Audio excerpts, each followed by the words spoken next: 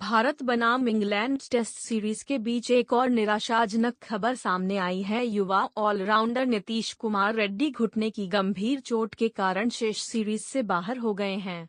जिस खिलाड़ी से भारतीय क्रिकेट को नई ऊर्जा और बहुप्रतीक्षित संतुलन मिलने की उम्मीद थी, वह अब टीम के लिए उपलब्ध नहीं रहेगा।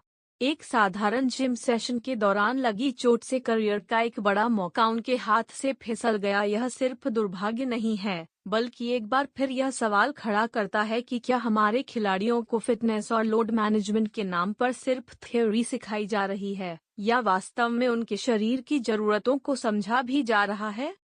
नीतीश रेड्डी को टीम में शामिल करना एक साहसिक लेकिन जरूरी कदम था।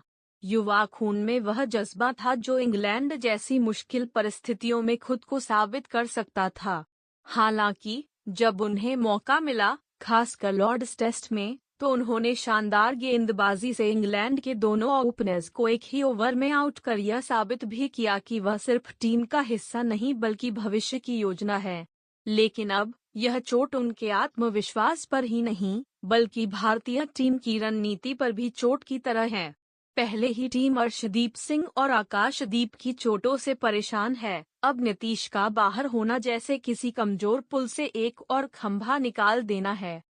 चोट के कारण नीतीश का मैनचेस्टर यूनाइटेड के खिलाड़ियों के साथ आयोजित इंटरेक्शन से भी गायब रहना कहीं न कहीं उनके मानसिक स्थिति का भी संकेत देता है।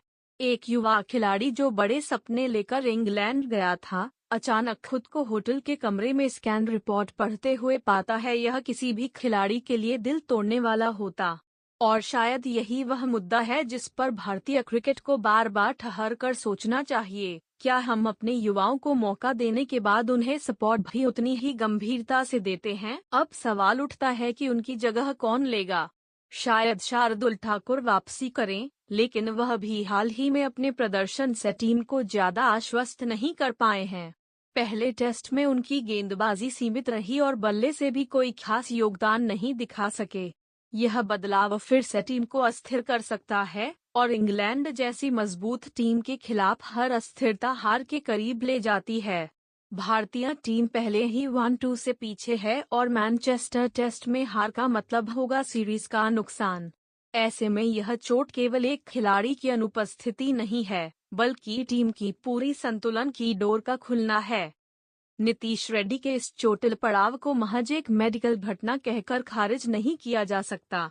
यह उस गहराई की कमी को उजागर करता है जहां हमारे युवा खिलाड़ियों के लिए दीर्घकालिक फिटनेस प्रबंधन अभी भी महज कागजी बात बनकर रह गया है। जब तक सिस्टम खिलाड़ियों की हड्डियों से ज्यादा उनके मन को संभालना नहीं सीखेगा, तब तक हर नई प्रतिभा को एक संभावित रिस्क ही मानना होगा। और शायद यही सबसे कड़वा सच है। इस चोट के पीछे एक और अवसर जो भारत के हाथ से फिसल गया, एक और युवा खिलाड़ी जो मैदान से ज्यादा स्कैन रिपोर्ट में वक्त बिताएगा।